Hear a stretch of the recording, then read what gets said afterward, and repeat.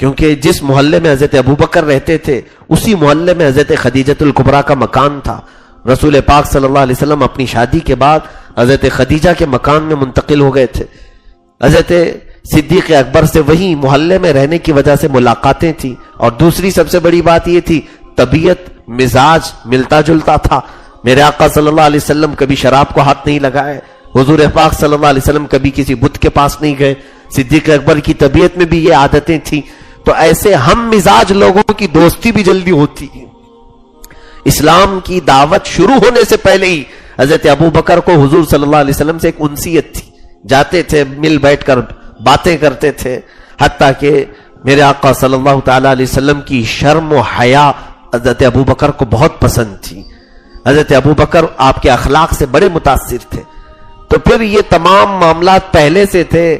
آج جب مکہ والوں نے کہا کہ محمد نے ایسے ایسے اعلان کیا ہے تو سیدھے اٹھ کر کے آئے حضور پاک صلی اللہ تعالی علیہ وسلم کے پاس. آپ اپنے گھر میں تھے. ابو بکر داخل ہوئے اور پوچھا اے محمد صلی اللہ علیہ وسلم میں کیا سن رہا ہوں مکہ والوں کی زبان سے, میں کیا سن رہا ہوں کہ آپ نے کچھ اعلان کیا ہے. رسول پاک صلی اللہ تعالی علیہ وسلم نے ان سے کچھ نہیں فرمایا. کہا کہ ابو بکر تم وہی سن رہے ہو جو خواب دیکھ کر بحیرہ راہب سے پوچھ کے آئے ہو. حضرت ابو بکر صدیق کہتے ہیں اشہد ان لا الہ الا اللہ واشہد ان محمد رسول اللہ. پھر کوئی سوال ہی نہیں کیا آپ نے, صرف آپ نے ہی پوچھا کہ آپ نے اعلان کیا.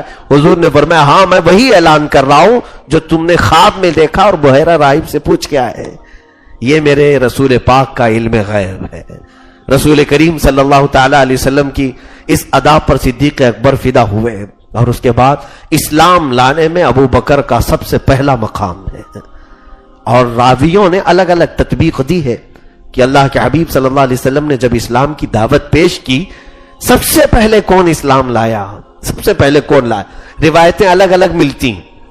ایک حدیث پاک میں یہ کہا گیا ہے کہ حضرت ابو بکر سب سے پہلے ایمان لائے. ایک حدیث میں ہے حضرت علی سب سے پہلے ایمان لائے. ایک حدیث میں حضرت خدیجہ سب سے پہلے ایمان لائی.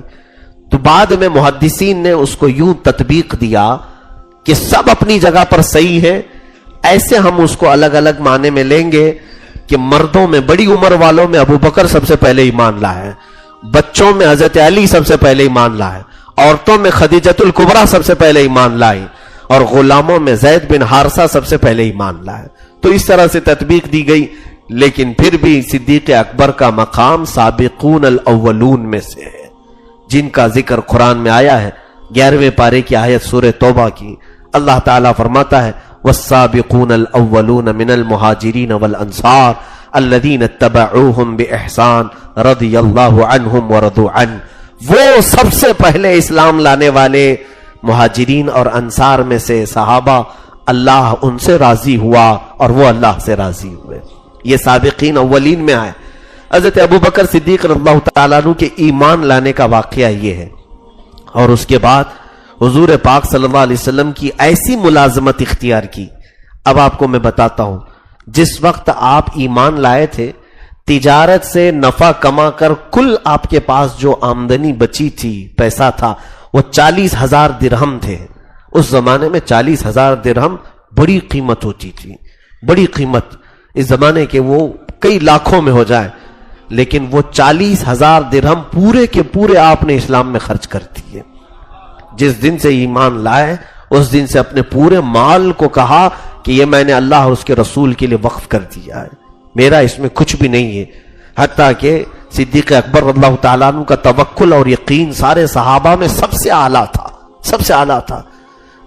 ایک بار جیسے کہ میں نے اس حدیث کو غالباً آپ کو بیان کیا ہو, حضرت ابوبکر کی فکر تو ایسی تھی کہ رسول پاک صلی اللہ تعالیٰ علیہ وسلم کبھی میرے مال کو پوچھے نہ کہ ابو بکر گھر میں کچھ ہے, کیونکہ جب جب جنگوں میں جانا ہوتا, جہاد میں, رسول پاک صلی اللہ علیہ وسلم اعلان فرماتے کہ جس کے پاس جو ہے وہ لے آئے. صحابہ اپنا اپنا مال پیش کرتے تھے. حضرت ابو بکر اپنے گھر میں آئے اور رو رو کر کے دعائیں کر رہے تھے. گھر والوں نے دیکھا صدیق اکبر اپنے گھر میں دعا کیا کر رہے ہیں, کہہ رہے اے اللہ تو اپنے رسول پر ایسی کوئی وحی بھیج, ایسا کوئی حکم نازل کر کہ تیرا رسول میرے مال کو اپنا مال سمجھ کے خرچہ کرے. کیونکہ جب رسول اعلان کرتے ہیں تو میں یہ مناسب نہیں سمجھتا کہ میں مال لے کر حضور کے پاس جاؤں، کیونکہ دینے والے کا ہاتھ اوپر ہوتا ہے، لینے والے کا ہاتھ نیچے ہوتا ہے، کبھی میں میرے نبی کا ہاتھ نیچے دیکھنا پسند نہیں کرتا۔ یہ فکر بھی صدیق اکبر کی تھی، حالانکہ رسول پاک صلی اللہ علیہ وسلم جود و نوال، جود و سخا کے مالک ہیں۔ میرے آقا صلی اللہ تعالی علیہ وسلم کے متعلق اتنی فکر تھی ابو بکر صدیق کو، اور آپ کی دعا قبول بھی ہوئی۔ حضور پاک صلی اللہ علیہ وسلم اچانک گھر میں تشریف لائے، آپ بیٹھے ہوئے تھے، گھر والے، اللہ کے حبیب صلی اللہ علیہ وسلم سیدھے ان کے گھر میں داخل ہوئے، ایک حجرے میں گئے، ان کے بکسے میں، ایک ٹرنک میں، اٹیچی میں کچھ رکھا ہوا تھا، وہ اٹھا لیا۔ میرے آقا نے کہا ابو بکر میں یہ لے جا رہا ہوں، فلاں جگہ خرچ کرنا ہے، فلاں جگہ خرچ کرنا ہے۔ حضرت ابو بکر صدیق گھر میں بیٹھے دیکھ رہے تھے، رسول پاک صلی اللہ علیہ وسلم دروازے تک پہنچ کر مسکرائے اور فرمایا ابو بکر تیری دعا اللہ نے سن لی ہے۔ میرے عزیزو، یہ ابو بکر صدیق کی جانی ساری میرے آقا صلی اللہ علیہ وسلم کے ساتھ ہجرت کے دن بھی آپ نے ایسی ہی کیا تھا۔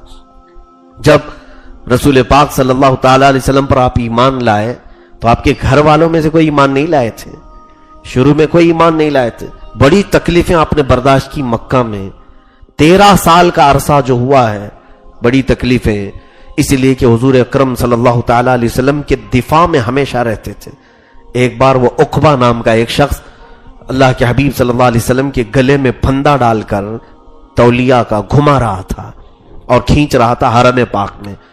حضرت ابو بکر صدیق رضی اللہ تعالیٰ عنہ اتنی تیزی سے اس پر جھپٹ پڑے، چیل کی طرح جھپٹا اس کو اور اس کو گھونسے لگائے، الگ کیا اور کہا تم بے شرمو، تمہیں اس بات کا خیال نہیں کہ کس کے ساتھ تم کیا معاملہ کر رہے ہو؟ 40 سال ان کے اخلاق کے تم گواہ ہو، ان کی سچائیوں کے تم گواہ ہو، ان کی امانت داری کے تم گواہ ہو۔